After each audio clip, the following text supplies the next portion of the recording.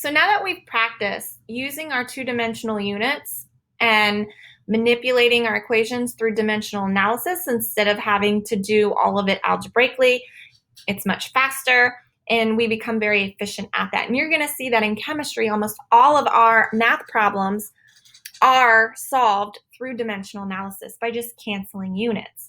Well, some other very common two-dimensional units that you're going to see is rate.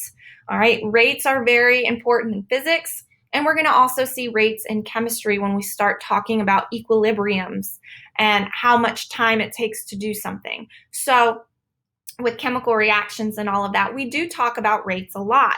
So rates are two-dimensional units as well.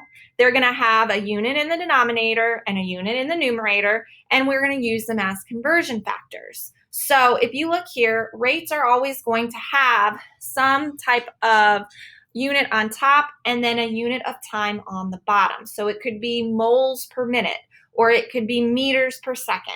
But time's going to be on the bottom, and then you're going to have some type of unit on the top. So that unit can be length and distance, or it could be amount of something, but that's what rates look like. So the denominator is usually or is over time.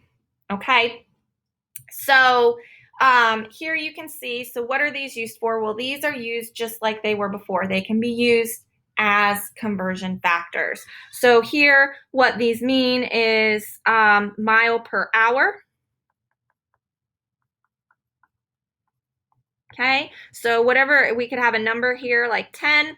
So what this would be is 10 miles would equal 1 hour. Okay, so in 1 hour, we'll cover 10 miles.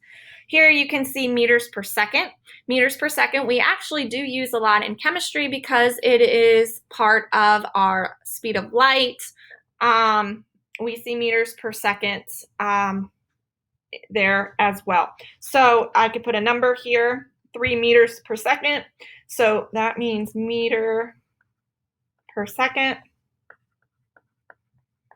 All right, and I can write that as a conversion factor. So for every 3 meters, it equals 1 second. Here we have millimeters per minute. All right, so here we can say if this is 3 as well, we would say 3 millimeters equals 1 minute. So in 1 minute, we would cover 3 millimeters. And then this is an acceleration. So this means for every meter over second times second. That's what that means.